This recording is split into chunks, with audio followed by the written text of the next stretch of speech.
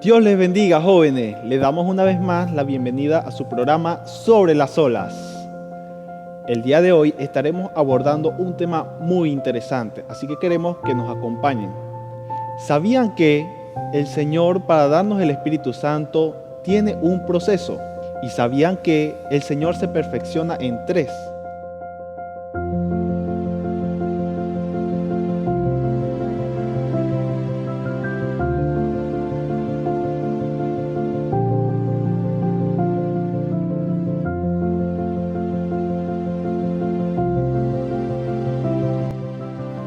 Y como lo acaban de ver, el tema será las tres etapas de la gracia. Y para abordarlo estaremos en compañía de un invitado que es nuestro hermano Argenis. Dios le bendiga, Dios le bendiga, hermano, hermano Ángel. diácono aquí en la iglesia, en nuestro compañerismo. Y para introducir, hermano Argenis, el tema, quisiéramos escuchar un comentario de parte suya. ¿Qué le parece este tema? Muchas gracias, hermano Ángel, por invitarnos al programa sobre las olas. Es un programa hecho por los jóvenes y para los jóvenes. Amén, correcto. Y verdaderamente vemos que es la bendición de Dios sobre los jóvenes, ¿verdad? Es un testimonio de que también los jóvenes pueden servir al Amén. Señor Jesucristo. Amén, amén. Y verdaderamente que han tocado un tema muy fundamental, muy importante, porque vemos que a través de todos los mensajes del profeta siempre nos lleva a esas tres etapas de la gracia, lo cual es el nuevo nacimiento. Amén, correcto. Está muy relacionado a lo que es el bautismo del Espíritu Santo, que es el mismo nuevo nacimiento. Amén. Y realmente es ese proceso por el cual Dios pasa a toda persona para llevarlo a la conversión, para llevarlo a lo que es ser un cristiano, porque ser un cristiano es tener el Espíritu de Cristo. Amén, correcto. Y Dios lo pasa a través de un proceso, así como también cuando una mujer va a dar a luz, ella también pasa por un proceso para que venga al mundo una nueva criatura. Fíjate que ya en la Biblia, en 1 de Juan, capítulo 5, el versículo 7 dice de la siguiente manera: porque tres son los que dan testimonio en el cielo, el Padre, el Verbo y el Espíritu Santo. Y estos tres son uno. ¿Ve? Fíjese que Dios se perfecciona en tres. Aquí vemos los tres oficios de Dios, pero que es un solo Dios. Correcto. Y en el versículo 8 dice, y tres son los que dan testimonio en la tierra. En el anterior, fíjense que decía, tres son los que dan testimonio en el cielo, pero ahora aquí, tres son los que dan testimonio en la tierra. Y habla también de tres elementos: el espíritu, el agua y la sangre.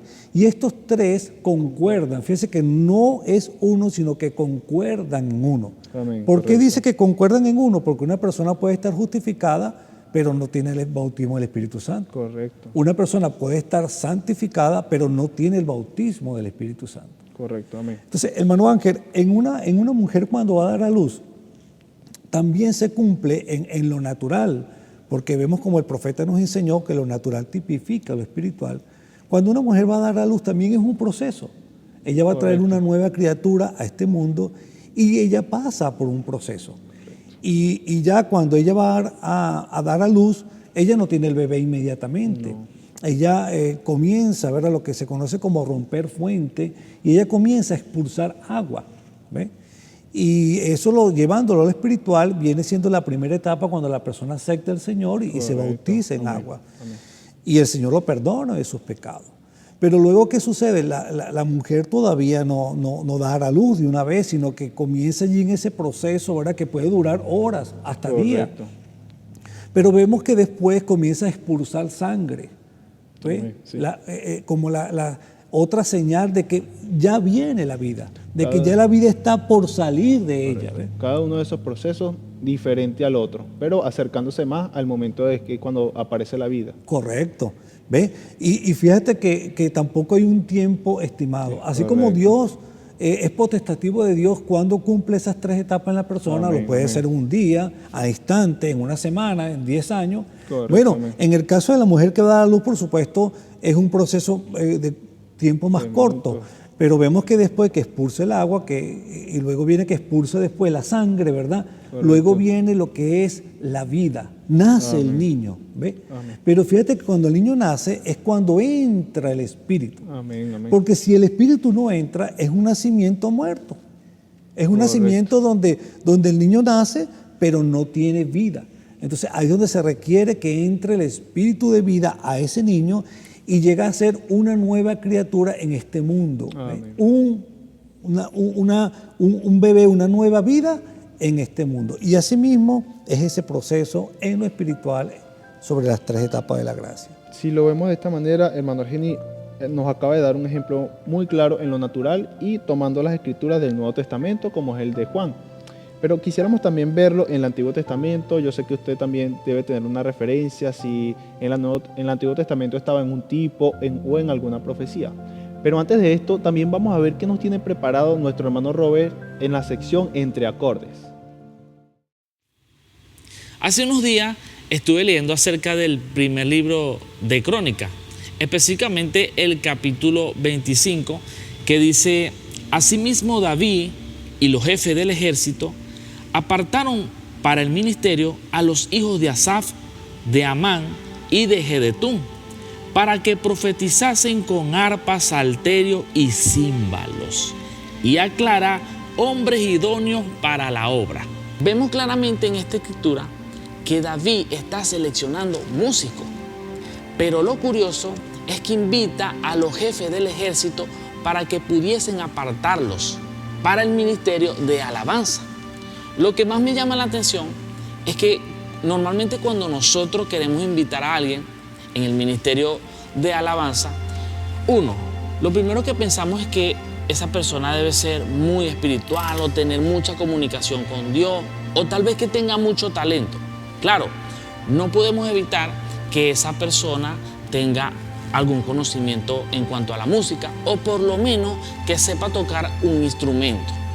Sin embargo, me llama mucho la atención que David, antes de ir a personas capacitadas en cuanto a la música, para apartar a los del ministerio de alabanza, llamó a los jefes del ejército. Hermanos, y es que David sabía lo que estaba diciendo. Que David, antes de ser el general del ejército de Israel, fue un excelente músico. Pero la pregunta es, ¿qué nos estará enseñando David con todo esto? ¿Qué relación existe entre músico, soldado, músico? Es que hay algo muy importante que nosotros tenemos que ver en esta enseñanza. No necesitamos músicos que simplemente sepan tocar bien.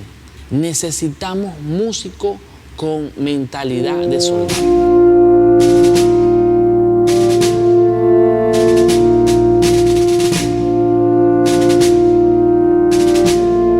¿Por qué una mentalidad de soldado? Es que es muy común entre nosotros los músicos cristianos no tener disciplina. Es decir, no tenemos una formalidad de ensayo. Si queremos, venimos y ensayamos, y si no queremos, no ensayamos. Muchas veces llegamos tarde a los ensayos, otras veces en la semana tocamos o no tocamos. Entonces nos damos cuenta que un músico sin la mentalidad de soldado, sin esa responsabilidad, no va a faltar el día en que te diga, este domingo no voy a la iglesia, o simplemente voy, pero no toco. Lamentablemente existen músicos con ese tipo de mentalidad que en cualquier momento te pueden dejar botado. No tienen ese sentido de responsabilidad. Entonces, lo que David nos está enseñando es: no metas a cualquiera en el ministerio de alabanza, que porque toca bien un instrumento, porque tiene un gran potencial o porque hace cosas impresionantes con su instrumento. Pero lamentablemente no son disciplinados, no quieren comprometerse con la iglesia. No necesitamos gente así hay mucha. Lo que necesitamos realmente son soldados. ¿Pero por qué soldados? ¿Por qué David tuvo que escoger gente con perfil de soldado? Es que David fue un excelente músico, pero además de eso fue un soldado, un general del ejército de Israel. David sabía el secreto que existía entre la música y la guerra. David, lo tenía muy claro. Es que al final no solo estamos aquí tocando canciones que simplemente se escuchen bonito o que tengan un buen efecto. Eso va más allá. La alabanza va mucho más allá de esto. Es algo espiritual. En lo que respecta a la alabanza y la adoración, Hay momentos en que encontramos arenas movedizas. Y si un cristiano no está, o un músico cristiano no está bien preparado, es decir, con una mentalidad de soldado, cuando lleguen los problemas espirituales, él simplemente no va a poder. Un ejemplo que podemos ver es cuando la iglesia está pasando por una situación difícil, donde no quiere alabar a Dios, donde está apática. ¿Qué pasa con el músico? Simplemente también deja de ponerle ganas. ¿Por qué? Porque él también es contagiado con esa apatía. ¿Pero qué? Ese es un músico que no está bien preparado. Y se fijan ustedes que cuando le hablo de una preparación, no estoy hablando de una preparación musical. ¿No se ha topado usted con músicos quejumbrosos? Es el tipo de persona que se queja por todo. Porque las mismas canciones, porque la misma tonalidad, porque mi instrumento no suena, porque simplemente no están preparados espiritualmente, no tienen esa mentalidad de soldado. Necesitamos soldados que simplemente reciban indicaciones y no las cuestionen. Ahora, un músico con mentalidad de soldado es aquel que cuando llega a la iglesia y ve que la iglesia está toda apagada, apática, fría, dice, vamos a guerrear con la alabanza. Y se anima y comienza a alabar con todo su corazón. Allí comienza a romper con ese espíritu de apatía. Esos son los músicos que necesitamos. Tú, músico, que tienes ese gran potencial, a quien Dios le ha confiado esa gran responsabilidad de ministrar la alabanza. Hagámoslo con pasión, con dedicación de corazón. Seamos músicos con mentalidad de soldados.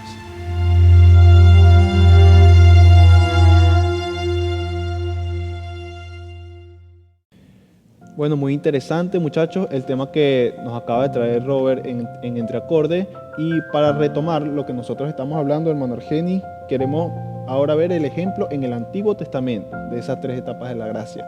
Si estaba profetizado o de qué manera el Señor lo tipificó allí. Sí, claro, el Señor siempre en el Antiguo Testamento como tipo, ¿verdad? Como sombra, como figura, Él mostró que el nuevo nacimiento o el bautismo del Espíritu Santo, que son las tres etapas por el cual el Señor pasa a todo individuo, ¿verdad? Hasta llevarlo a ser una persona convertida. Eso estaba ya profetizado en el Antiguo Testamento en muchas escrituras. Una de ellas es cuando Jeremías habla, allá cuando dice que ya la ley no va a ser escrita en tablas de piedra, sino que serán escritas en el corazón. Y ahí tenemos que el bautismo del Espíritu Santo. Amén. Pero vemos también que en Ezequiel, en el capítulo 36, desde el versículo 25, ahí vamos a ver una profecía que el maestro de Israel, Nicodemo, debió saberla, porque el mismo Antiguo Testamento que leemos nosotros, él leía el mismo Antiguo Testamento. Sin embargo, él no supo lo que era el nuevo nacimiento. Y hoy en día nosotros tenemos el Antiguo Testamento, tenemos el Nuevo Testamento y también tenemos el mensaje de la hora. Así que no hay excusa en que no podamos saber de que existe un nuevo nacimiento. Y vemos entonces que en Ezequiel, el capítulo 36, comenzando desde el versículo 25, vemos la profecía que dice: esparciré sobre vosotros agua limpia, y seréis limpiados de toda vuestra inmundicia, y de todos vuestros ídolos os limpiaré.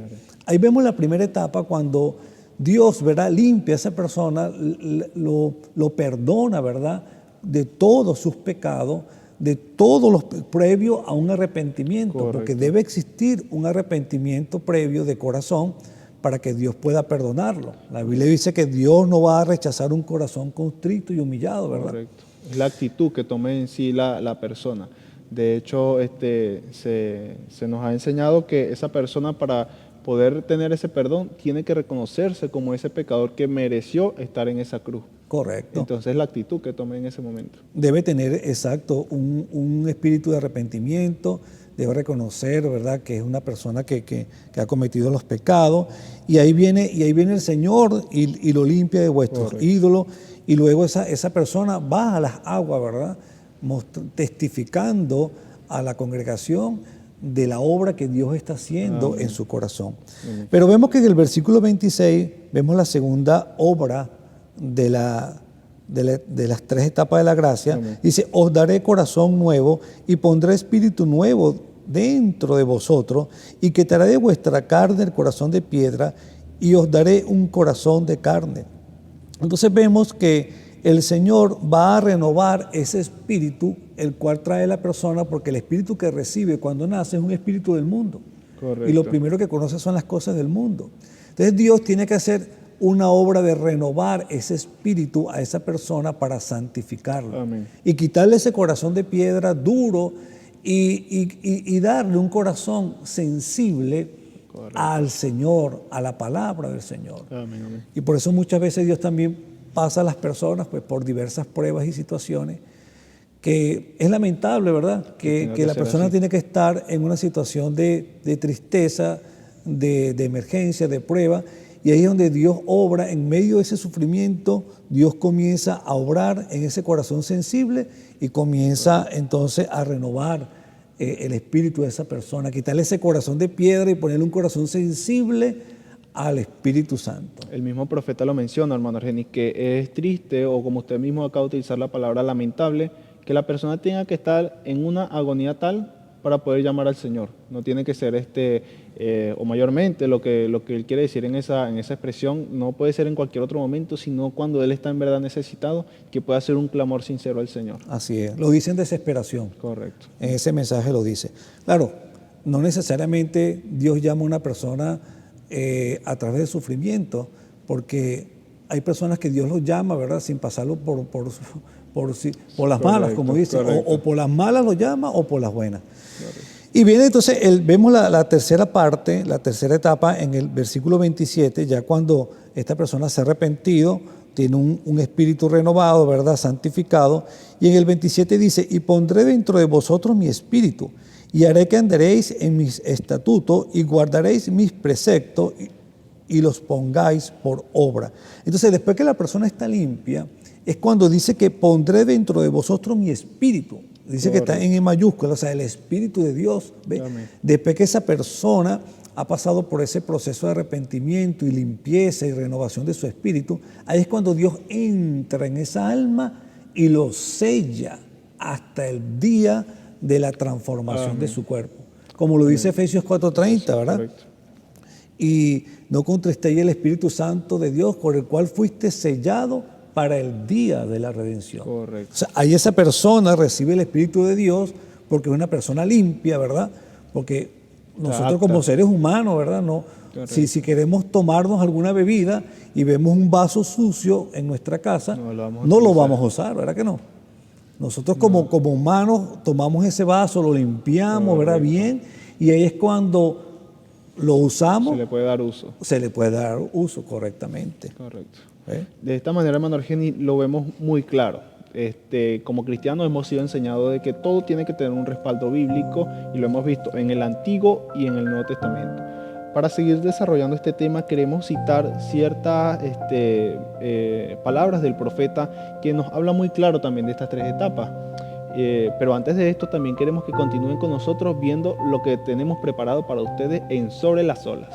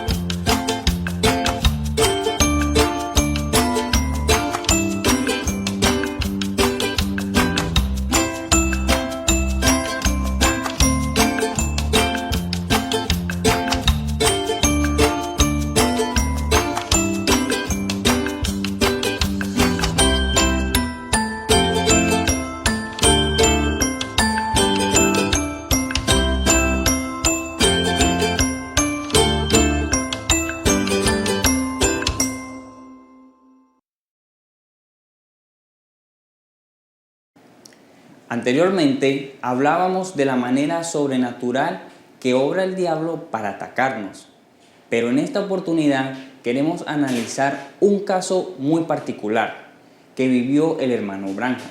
Lo estaremos escuchando de nuestro hermano Emmanuel, que anteriormente ha trabajado con nosotros detrás de cámara y que ahora forma parte del equipo. Muchas gracias, hermano, por la bienvenida. Resulta que en una ocasión cuenta el profeta que conocía a una jovencita de aproximadamente unos 18 años, en aquel entonces muy conocida por ser la mejor bailarina de la ciudad juntamente con otro jovencito. El nombre de la señorita era Nelly Sanders. Y un día llegó a la iglesia donde ministraba el hermano Branham tan solo siendo un muchacho.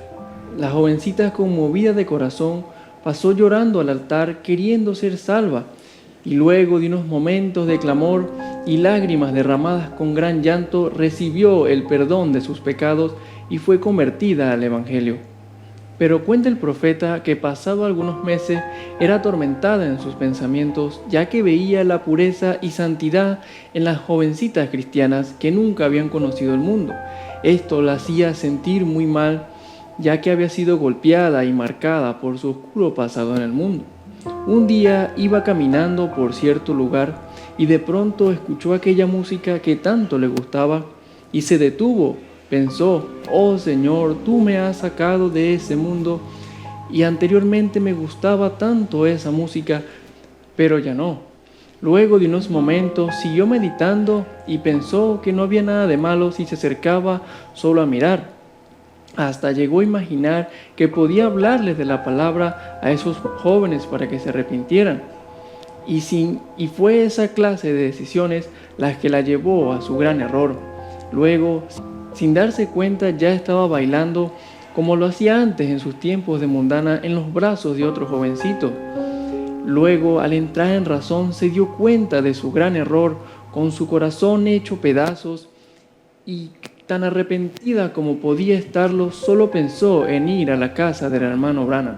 Desesperadamente tocaba la puerta de su hogar y el hermano Branham, al verla en esa condición tan dolida, no entendía lo que pasaba. Entre todo ese gran lamento, entró a la casa y luego de contarle lo sucedido, el hermano Branham solo pensó en orar para echar fuera ese demonio, ya que la vio tan arrepentida y en verdad no quería hacerlo. Luego de unos momentos de oración y de reprender, finalmente lo consiguió. Salió de ella una influencia, un demonio oscuro que al parecer tenía apariencia de murciélago y quedó libre por el poder sobrenatural del Señor Jesucristo. Si analizamos rápidamente, la joven tuvo dos errores significativos. Número 1, darle una pequeña oportunidad al enemigo. Número 2, entrar en el terreno del enemigo, aún pensando que podía hacer algo bueno para Dios. Y es que así puede pasarnos a nosotros los jóvenes, porque no estamos exentos de todas estas cosas, estas tentaciones. Porque es sencillo, el enemigo siempre pone enfrente de nosotros cosas que verdaderamente llaman nuestra atención, como dice la Escritura en Santiago 1:14. Por ejemplo, hermano, lo puede hacer con música que no es cristiana, lo puede hacer también con bailes en redes sociales, lo puede hacer atrayéndolos con videojuegos, modas, etc. Es por eso, jóvenes, que debemos estar alertas. Y es por eso, jóvenes, que si alguno vive alguna situación parecida, debemos pensar en como dijo el profeta y buscar a ese ser sobrenatural que es mayor que el tentador y sacar esa influencia fuera en el nombre del Señor Jesucristo. Y recuerden, jóvenes, lo sobrenatural está en nosotros. Entonces, retomando el tema, hermano Argenis, queremos citar ahora palabras del profeta. ¿Qué nos dice el profeta en su mensaje? Y para verlo tal vez de una manera más clara, con la ayuda del Señor. Por ejemplo, en el mensaje El futuro hogar de la novia, dice el profeta, hablando acerca de este tema: siempre he enseñado 3 etapas de la gracia. El primer paso es el arrepentimiento hacia Dios y bautismo en agua. Cita la escritura de arrepentíos y bautícese cada uno de vosotros en el nombre de Jesucristo para el perdón de pecados, señalando que esta es la primera etapa. Correcto, sí. Ahí vemos, ¿verdad?, que el profeta está citando esa escritura de Hechos 2:38, porque la primera etapa es el Espíritu Santo llamando a la persona, ¿verdad? Correcto. Y haciéndole ver la condición en que se encuentra. Y ahí es cuando la persona se arrepiente de sus pecados, el Señor los limpia de toda su vida pasada y esa persona entonces procede, porque hay que proseguir en el proceso. ¿Ve? Ahí es cuando la persona debe bajar a las aguas y mostrar en la parte exterior, dando testimonio públicamente de algo que está sucediendo dentro de su corazón. Correcto. Por eso es que las aguas lo sumergen en agua, mostrando de que ha sido muerto, ¿verdad?, para el mundo, y cuando lo sacan de las aguas, muestra de que tiene una nueva vida. Y eso es lo que está ocurriendo dentro de esa persona. Fíjese que después del arrepentimiento, como dice el profeta allí, Correcto. viene la promesa de ser bautizado con el Espíritu Santo. Pero primero debe creer. Después que cree, la persona camina con el Señor y en el trayecto de ese caminar, Dios le da el bautismo del Espíritu Santo. Lo que llama mi atención en esta primera etapa, hermano Argenis, que el Señor es tan bondadoso que no solamente nos perdona los pecados, sino que Él dice que la palabra justificación quiere decir que ya no lo hace culpable, es decir, que ya ni siquiera lo tiene como que Él hizo ese pecado. Como a veces escuchamos la expresión de que fue echado tras sus espaldas. Correcto. Eso quiere decir que Él no está viendo ya nuestros pecados, o por lo menos lo que hemos cometido hasta ese momento. Entonces, el Señor hace una gran obra de justificación en esa primera etapa. Así es, justificación va más allá que el perdón, porque la justificación para Dios es que esa persona nunca lo hizo. Correcto. Y el único que puede justificar es Dios. Amén. Y ahora, para darle entrada a la segunda etapa de la gracia, que es la santificación, el profeta dice en el mismo mensaje del futuro hogar de la novia celestial, dice que la santificación es la que pone en orden nuestra mente para la santidad, para pensar correctamente. La palabra santificación viene de un vocablo griego que significa limpiado y apartado para el servicio. Correcto. Fíjese que, como lo dice el profeta, ¿verdad?, la persona es limpiada por el Espíritu Santo, porque hay que tomar en cuenta que el título es 3 etapas de la gracia, y eso muestra la gracia del Señor en ese proceso. Amén. Es la misericordia y la gracia de Dios que es en cada vida, en cada persona, porque Dios es un Dios misericordioso. Amén. Y vemos que Él se compadece de nosotros. Y cuando el Señor limpia a la persona, ¿verdad?, que la Biblia lo muestra también como un vaso, lo limpia y es apartado para servicio. Amén. ¿Ve? Como lo dice el profeta allí. Pero no está en servicio. Esa persona va a estar en servicio, o sea, va a estar dentro del cuerpo de Cristo cuando recibe el Espíritu Santo. Como dice en 1 Corintios 12, versículo 13, ¿verdad?, que por un espíritu todos somos bautizados en un cuerpo. Amén. Entonces la persona es limpiada y apartada para servicio, pero debe recibir el Espíritu Santo para entrar en servicio. Correcto. Debe proseguir a la tercera etapa, no debe quedarse en esa segunda etapa. De hecho, hay un peligro en quedarse en alguna de esas etapas o demorarse o no avanzar en alguna de ellas, porque, como lo acabamos de decir, queda ese vaso limpio, puede ser usado para honra o para pecado. Entonces no es bueno o no es recomendable, como siempre lo hemos escuchado, que uno tarde en cada una de esas etapas. También mencionamos que es potestativo de Dios cuánto vamos a durar en cada una de ellas, pero la idea es que nuestra intención sea avanzar. Correcto, eso que acabas de decir es muy importante, de no quedarnos solamente en santificación, porque el vaso está limpio, pero Correcto. lo podemos volver a llenar, en lo natural lo podemos llenar de cualquier líquido indecoroso, ¿verdad? Correcto. Llevándola a una persona en lo espiritual, el vaso está limpio, pero puede llenarse nuevamente de todos esos espíritus que lo hicieron cometer los pecados. Y el mismo Señor Jesucristo en Mateo capítulo 12, desde el versículo 43 al 45, habla que cuando esos espíritus inmundos salen del hombre, andan en lugares secos, ¿verdad? Buscando reposo, porque los espíritus necesitan un cuerpo donde reposar. Entonces dice, volveré a mi casa de donde salí, o sea, a ese vaso, a esa persona donde el Espíritu Santo echó fuera todos esos demonios que le causaba el deseo de hacer lo malo. Y los demonios vuelven nuevamente a esa persona, ¿ve? Y cuando vuelven a esa casa, dice la Biblia que la encuentran desocupada, barrida y adornada. El peligro es que la encontraron desocupada. Si ese vaso ha tenido el Espíritu Santo por dentro, cuando llegan esos demonios, inmediatamente sale el Espíritu Santo a contrarrestarlo y no pueden entrar nuevamente. Correcto. Entonces, el peligro es quedarse en santificación, Demorarse, porque correcto. si esos demonios vuelven a entrar, dice la Biblia, que esos espíritus toman consigo 7 espíritus peores, Con más ímpetu. con más ímpetu. Entonces, esa persona llega a hacer cosas peores de las que Tremendo. hacía antes. Entonces, ese es el peligro de quedarse en santificación, y por eso lo recomendable es proseguir. ¿Y qué es lo que, y cuando decimos proseguir, qué significa proseguir? Continuar sirviéndole al Señor de una Correcto. manera sencilla, Amén. de una manera humilde, sin forzar nada, y Amén. Dios se encargará de lo demás. Amén, correcto. El profeta dice que una vez prosiguiendo esta etapa viene lo más glorioso, que es el bautismo del Espíritu Santo, que es la tercera etapa. Y también menciona en el mensaje de Discerniendo el Cuerpo del Señor que el mejor testimonio que muestra que tenemos el Espíritu Santo es cuando nuestro espíritu concuerda con la palabra. Correcto. Esa es una evidencia escritural de que una persona tiene el bautismo del Espíritu Santo, es que el bautismo del Espíritu Santo precisamente lo va a guiar a toda verdad. Amén. Y toda verdad es la palabra del Señor. Amén. El Espíritu Santo también, ¿verdad? Le va a mostrar cosas proféticas, cosas que van a ocurrir adelante.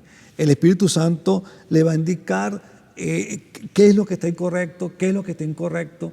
Ya ese es como decir la culminación de ese nacimiento. ¿Ve? Y cuando el Señor sella a esa persona con el bautismo del Espíritu Santo, esa es la garantía de que, mira, te estoy dando el bautismo del Espíritu Santo, pero hay más. Y en Correcto, algún amén. momento de tu caminar cristiano te voy a llenar tanto del Espíritu Santo de que vas a ser transformado. Y aquí hay una de las claves también, que como dice el Señor le dijo a Nicodemo, de cierto te digo, que el que no naciere de nuevo, ahí está, el que no naciere de nuevo no puede ver el reino de Dios, o sea, no Correcto. puede entender las cosas espirituales. No puede tener revelación de lo que Dios está haciendo con esa persona. Y en el versículo 5, el Señor remacha y dice, de cierto te digo, hablando con Nicodemo, que el que no naciere de agua y de espíritu, palabra y espíritu, ¿ve? No puede entrar al reino de Dios. ¿Y qué es entrar? Entrar es poseer, es pertenecer. Es como cuando el hermano Branja dice que él, para ser un Branja, él no tuvo que hacer nada. Él simplemente tuvo que Correcto. nacer en la familia Branja. Eso estaba en él. Eso ya estaba en él. O sea, él no escogió a sus padres, él no Correcto. tuvo que hacer nada. Ahora, para nosotros poder pertenecer al cuerpo de Cristo, para poder pertenecer a las cosas de arriba, a las cosas celestiales, al reino de Dios, debemos nacer de arriba, debemos Amén. nacer del reino de Dios. Amén, amén. Eso sería tipificado, nacer de nuevo, es lo mismo recibir el Espíritu Santo, es lo mismo decir la tercera etapa, porque es como ese sello del Espíritu Santo ya morando en nuestra vida en plenitud, si se quiere decir, o como usted lo acaba de decir, una garantía. Entonces ya puede decirse que ahí no hay vuelta atrás, ¿verdad, hermano Argenis? El profeta dice que una persona con el bautismo del Espíritu Santo nunca vuelve atrás. Ya ese no es un perdedor. Y A de hecho, diferencia de las otras etapas. a diferencia de las otras etapas, porque una persona con justificación o con santificación puede volver atrás. Correcto, Es como el caso de Judas. Correcto, amén. Judas llegó a santificación. Judas llegó fíjate que el Señor oró por él, allá en Juan 17, él dijo, ya vosotros sois limpios por la palabra que os he hablado. O sea, que ellos estaban santificados. Hasta echó demonios cuando llegó con los 70 también, contento, sí.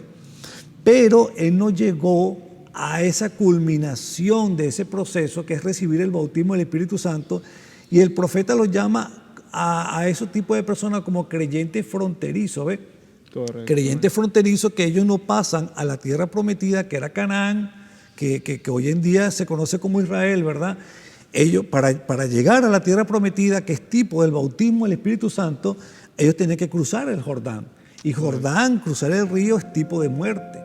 O sea, uno debe morir primero al mundo y luego encontrarse con la promesa del Espíritu Santo allí en la tierra de Canaán. Y Judas llegó a la frontera, no pasó a la tierra de Canaán. Correcto, hermano Argeni. Está, creo que cada vez más claro lo que ha sido este tema de las 3 etapas de la gracia. Y aún lo seguiremos comentando, pero por ahora tomaremos una pequeña pausa. Ustedes continúen con nosotros en el programa. Saludos hermanos, Dios les bendiga. Mi nombre es el hermano Jacob Castillo y bienvenidos a Curiosidades. Hablando acerca de esta temporada de Pascua que recién terminó, quisiera comentarles acerca de qué significa la Pascua y algunos datos curiosos que podemos encontrar de ella en este tiempo. La Pascua es una celebración del sacrificio que Dios hizo por nosotros a través del Señor Jesucristo para perdonar nuestros pecados, limpiar nuestras almas, sacarnos del pecado y traernos nuevamente a vida eterna. Pero en muchas culturas, países, lugares, no es igual. Y de eso quisiera hablarles por un momento.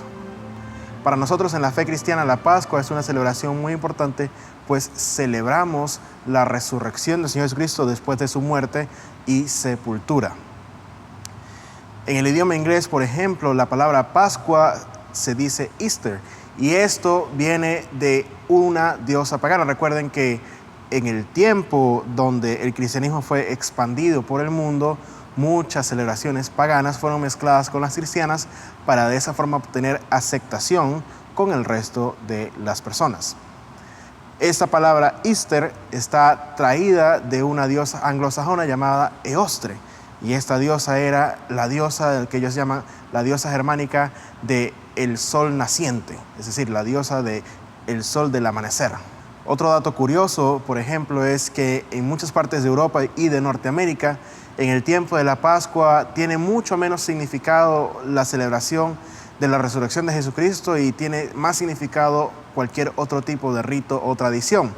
Uno de ellos es el llamado conejo de la Pascua.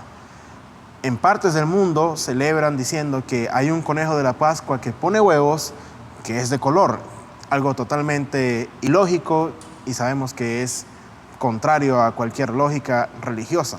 Esa tradición comenzó allá en Europa y tiene como significado en el paganismo el principio de la fertilidad, pues es el tiempo de la primavera, pero ha sido adoptada por muchas culturas, países y naciones como algo tradicional de la Pascua.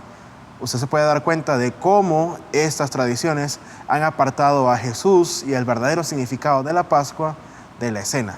Así como hay personas que han sacado a Jesús de la escena, incluso en la mismísima celebración de la Pascua, hay personas que por el contrario han radicalizado lo que ellos llaman su ofrenda a Jesús en este tiempo. En las Filipinas, por ejemplo, personas durante ese tiempo de la Pascua se crucifican y se autoflagelan a sí mismos como una demostración de creencia en la fe cristiana o en Dios, pero usted y yo sabemos a través de la revelación de esta Biblia y del mensaje que tal cosa no es necesario. El apóstol Pablo dice en el Romanos capítulo 12 que nosotros debemos presentar nuestros cuerpos como un sacrificio vivo a Dios, pues ese es un culto inteligente, ese es un servicio a Dios inteligente. Así como también hay países en donde Cristo ha salido de la escena, hay países en donde todavía intentan de cierta forma ser modestos y conservadores durante el tiempo de la Pascua. Sucede, por ejemplo, en muchos lugares de Alemania, donde en el Viernes Santo y en el Domingo de Resurrección está prohibido, es ilegal, está en la ley, el bailar en público en las calles.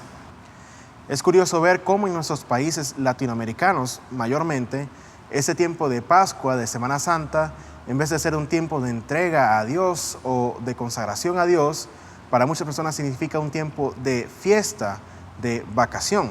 Tanto así que la mayoría de las personas incrédulas o aquellos que simplemente no siguen la palabra de Dios se entregan al alcohol, a fiestas y a cualquier tipo de cosas totalmente deshonrosas a la palabra de Dios. A pesar de que muchos gobiernos celebran esta Semana Santa como una fecha de fiesta nacional, pocos países en el mundo en el día de hoy reconocen siquiera algún día de la Semana Santa como un día de celebración nacional. Ahora, es curioso ver cómo en los gobiernos, a nivel de gobierno y de sociedad, la palabra de Dios ha perdido cabida en los corazones y las mentes de las personas.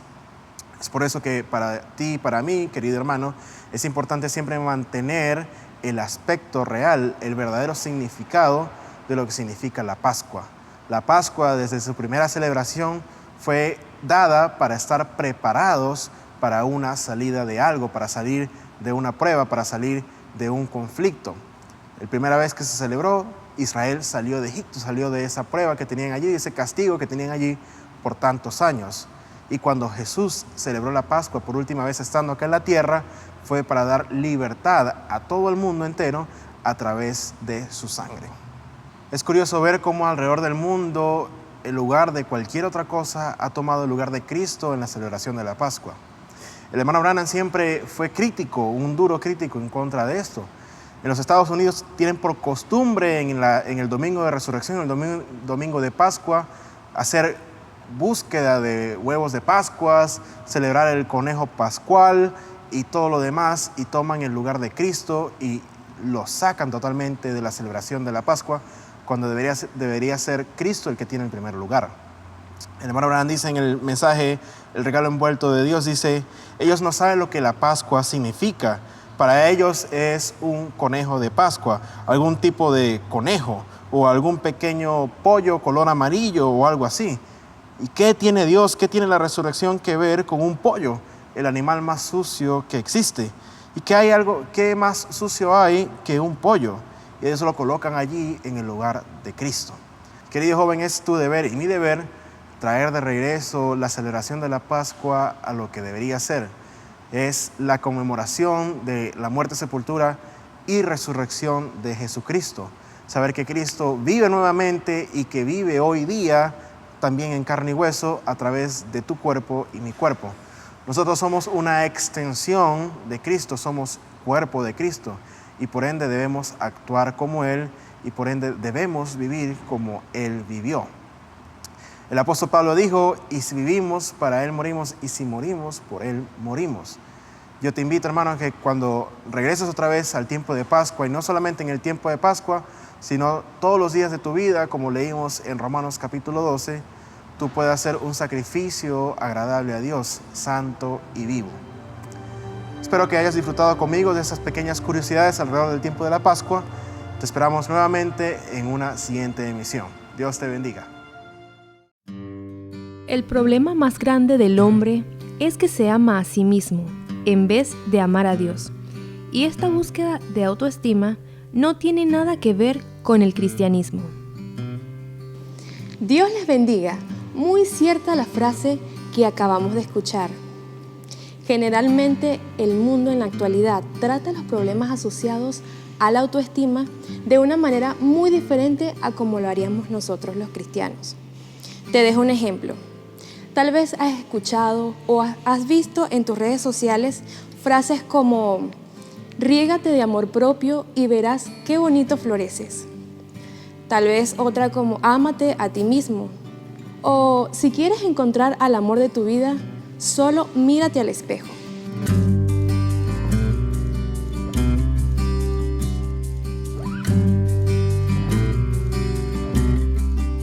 Y es verdad, muy cierto, que los seres humanos queremos y necesitamos ser amados, respetados, valorados y aceptados, pero los ideales del mundo están muy alejados de la verdad, ya que pueden parecer buenos, que no le hacen daño a nadie, inofensivos, pero se centran en el ser humano, en el yo puedo, yo sé, yo soy, en el yo y yo.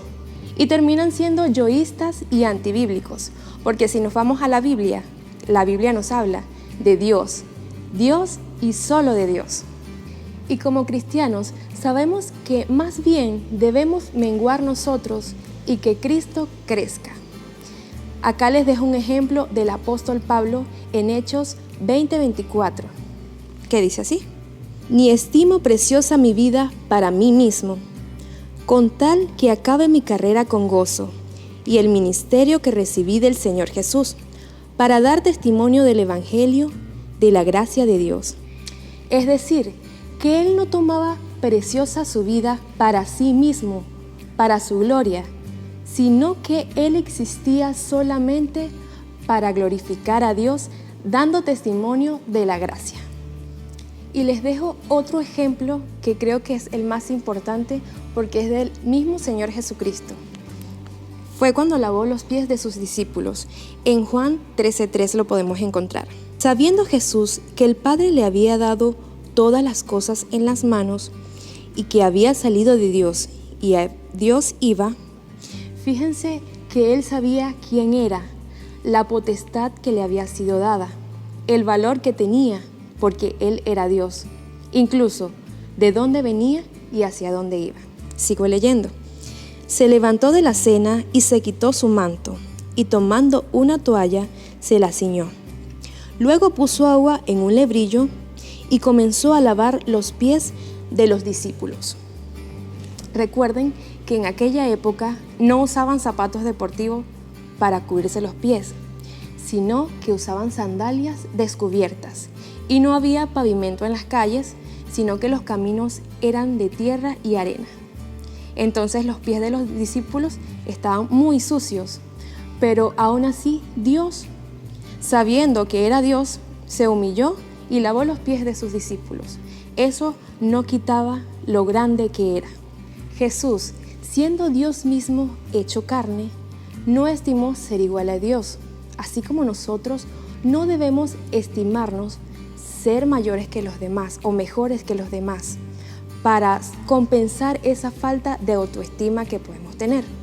Y si hablamos de falta de autoestima, aquí también nos deja otra enseñanza en la escritura que acabamos de leer, porque Dios reconocía su posición en Cristo, Él sabía quién era.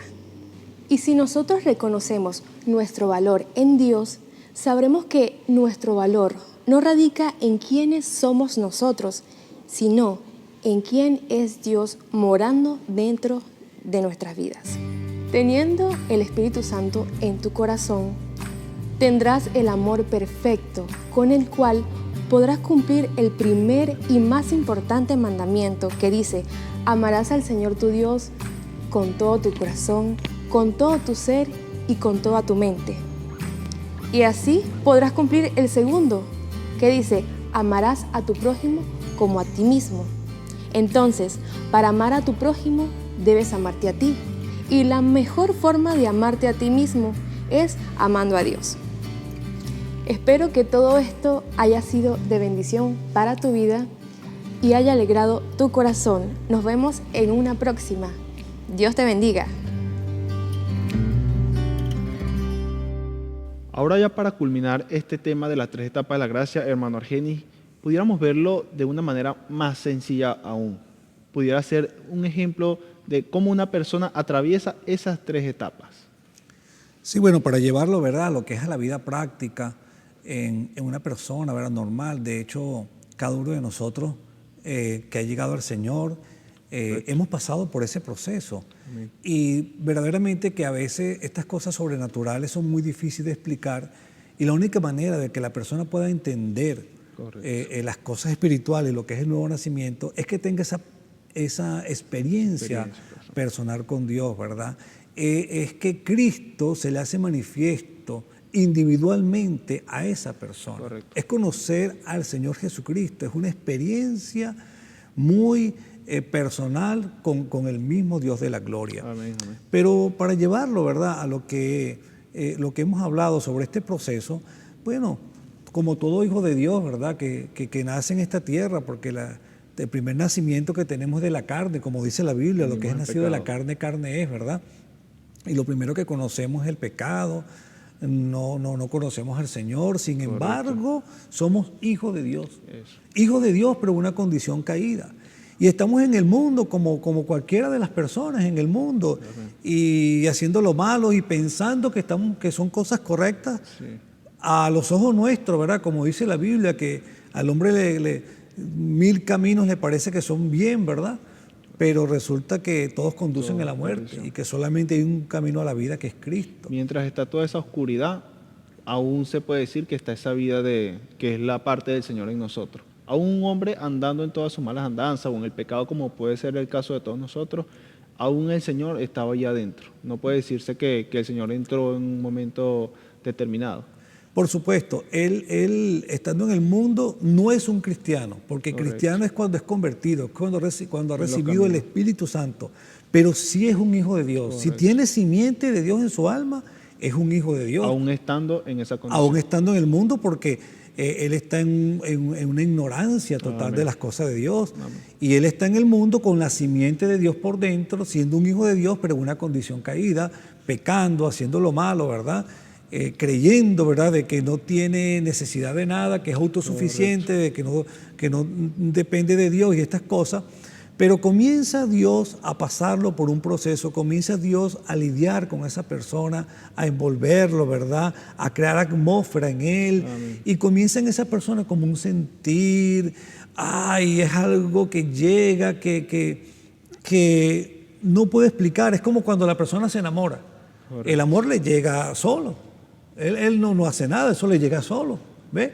Entonces así le llega también el amor de Dios al corazón. Y comienza esa persona a sentir y a darse cuenta de que no está correcto, de que su vida no está correcta, de que las cosas del mundo no lo llenan, de que ya eso no, ya se encuentra Ya no vacía. ya no encaja en lo que está haciendo normalmente. Se da cuenta de que no cuadra con lo que está Correcto. haciendo. ¿Ve? Porque comienza la simiente de Dios, el Espíritu Santo, a ungir esa simiente, ¿ve? Amén, amén. A lidiar con esa persona, a llamarlo, a atraerlo. Y él no sabe lo que está ocurriendo. Él tiene una necesidad de Dios, así como cuando nosotros tenemos hambre. No, a nosotros nos da hambre y no es que nosotros empezamos queremos. a sentir, ¿verdad? A Sí, sentir correcto. esa necesidad Es y nosotros naturaleza. lo saciamos con comida. Bueno, comienza nosotros en nuestras vidas a tener una necesidad pero de Dios. Correcto. Amén. Inexplicable. Amén, Algo que no correcto. sentíamos, algo que no experimentábamos. Tremendo. Y de repente Dios comienza de alguna manera sobrenatural también. Sabe que Dios tiene todo predestinado por donde nos va a pasar. Amén. Comienza Dios a enviar a alguien para que nos hable de la palabra, Traernos palabra. o a leer un folleto, o Amén. comienza a tenernos deseo para leer la Biblia o de venir a un culto. Correcto. Amén. ¿Ve?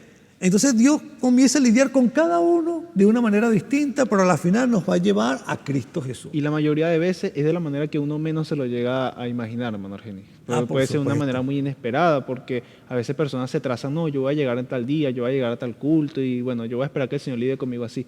Pero resulta que el Señor tiene preparado algo muy distinto a lo que uno ya se puede trazar. Por supuesto. Eso pasa mucho también con los padres, pues, que quieren que los hijos lleguen y como que tienen su Correcto. cuadro allí, Sí. pero resulta que Dios ya sabe cómo Su va a lidiar modelo. con él. Amén, amén. ¿Ve?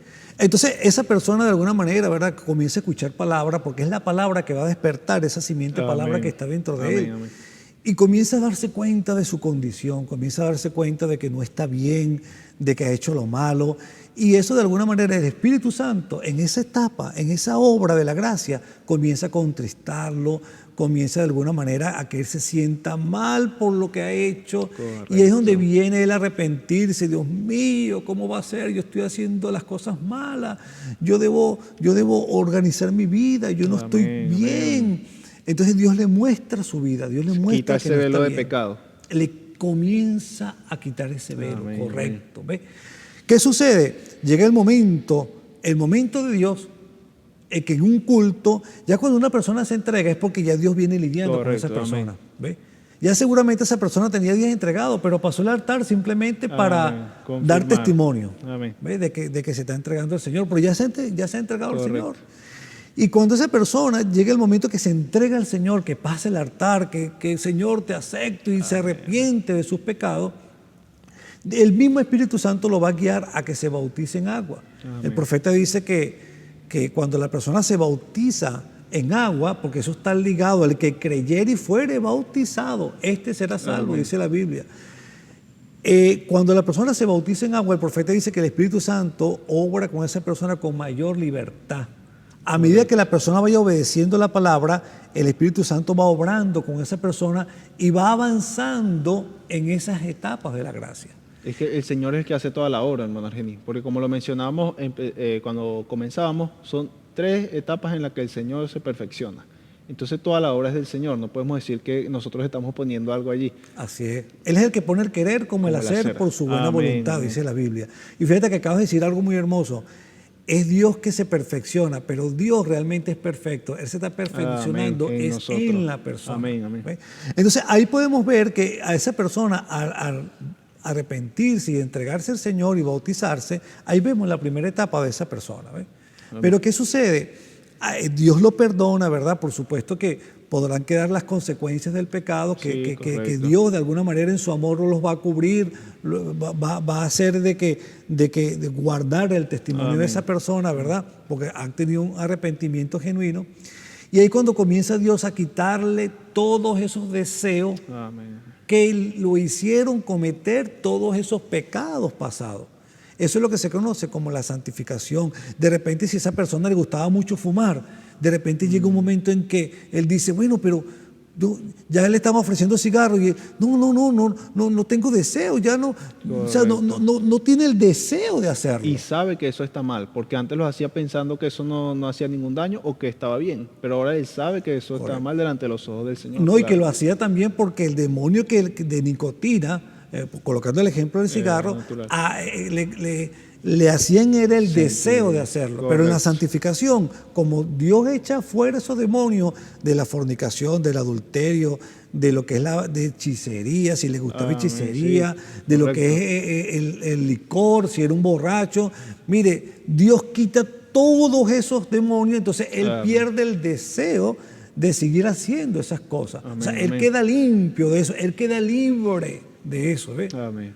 Entonces, eso es lo que se conoce como la santificación. Y ahí es donde él comienza a ver la obra de Dios, comienza a ver a Dios, porque la Biblia dice que sin santificación nadie verá a Dios. Correcto. Él comienza a tener revelación, comienza a darse cuenta de cosas que antes, comienza a experimentar lo que es cosas espirituales. Amén. Cosas del reino de Dios que antes no conocía. Un paso más allá ahora. Correcto, él comienza a subir, comienza a elevarse en las cosas del Señor en esa etapa de santificación. Correcto.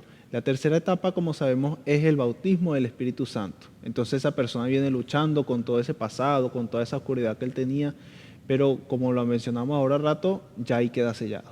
Entonces ya esa persona va a morir completamente a ese deseo de fumar, a ese deseo de fornicación, de todos esos deseos carnales. La autoridad va a ser mayor del Espíritu Santo en él que cualquier tentación que venga de parte del demonio. Entonces ya ese sería el sello, hermano Eugenio. Sí, luego, claro, es muy importante recordar, ¿verdad?, de que esa obra Dios la puede hacer, es potestativo de Dios. Correcto. En qué tiempo lo hace en cada persona. Dios obra en cada individuo de una manera muy particular, muy distinta, ¿verdad? Y ya cuando Dios le da el bautismo del Espíritu Santo, que no es otra cosa que tener el Pentecostés. Pentecostés es una experiencia con Dios, que fue lo que tuvieron allá la iglesia primitiva, ¿verdad? En el aposento alto. Y es cuando la persona, el Espíritu Santo, Dios entra al corazón de esa persona, entra el alma de esa persona y lo sella, y es cuando esa persona es convertida. Ahí es cuando esa persona recibe a Cristo en su corazón. Cristo redime su alma y comienza esa persona, ¿verdad?, a esa naturaleza que está dentro de esa persona, que es una naturaleza pecaminosa, comienza a contrarrestarla. Esa naturaleza pecaminosa comienza a morir en esa persona, porque es muy importante de que una persona con el bautismo del Espíritu Santo, todavía en su carne mora el pecado. Sí, el apóstol Pablo lo dice, un hombre lleno del Espíritu Santo lo dice: veo en mis miembros, fíjese que no dice en su alma, sino veo en mis miembros una ley que se revela contra la ley de Dios. O sea, que él tenía una lucha allí. Correcto. ¿Ve? Porque todavía estos cuerpos demanda el pecado. Exacto. Pero ¿qué sucede? El Espíritu Santo que está dentro de la persona pone un freno a lo que es a las obras de la carne. Ya esa persona no va a ceder a la tentación o a los deseos de la carne como antes lo hacía, porque ahí tiene el vencedor por dentro. Amén, amén. De esta manera hemos visto tremendamente con varios ejemplos, hermano Argeni. Hemos recurrido a las escrituras, a las citas del profeta, y con este ejemplo aún creo que ha quedado un poco más claro. Y claro, esperamos que sea el Señor trayendo la revelación. Ya para culminar este tema, quisiera que usted, hermano Argeni, nos diera unas palabras a todos los jóvenes que lo están escuchando, los que los están mirando. ¿Qué nos podría decir? Bueno, jóvenes, lo que es el todo, ¿verdad?, de lo que es la vida de ser una vida cristiana, es tener el Espíritu de Cristo dentro de sus corazones. Eso no significa de que ya somos perfectos al tener el bautismo del Espíritu Santo, pero son las arras de nuestra herencia. Amén. Eso significa de que Dios ha tomado tu fe, la ha aceptado tu fe, ha tomado tu confesión y Él te ha dado el sello del bautismo del Espíritu Santo, y ese es el boleto para irte en el rapto. Amén. Eso es lo que te va a llevar a lo que es a la transformación, al rapto, a las bodas del Cordero, al milenio, a todas estas grandes promesas de Dios. Así que el Espíritu Santo, joven, es para ti. El Espíritu Santo es para los niños, para los jóvenes, para las niñas, para todo aquel que cree en el Señor. Es una promesa de Dios. Correcto. Yo como ser humano puedo prometerte algo y puedo fallarte, pero el Señor, que es infalible, que no miente, que no falla, Él fue el que te prometió el bautismo del Espíritu Santo. Amén. Así que acéptalo porque es para ti. Amén. Bueno, jóvenes, así hemos llegado al final de esta transmisión. Esperamos que haya sido de bendición para ustedes, como también lo ha sido para nosotros. Hermano Argeni, Amén. muchas gracias por Gracias su por apoyo. invitarme. Muchas gracias. Y bueno, jóvenes, recuerden, no importa la ola, Cristo es tu ancla.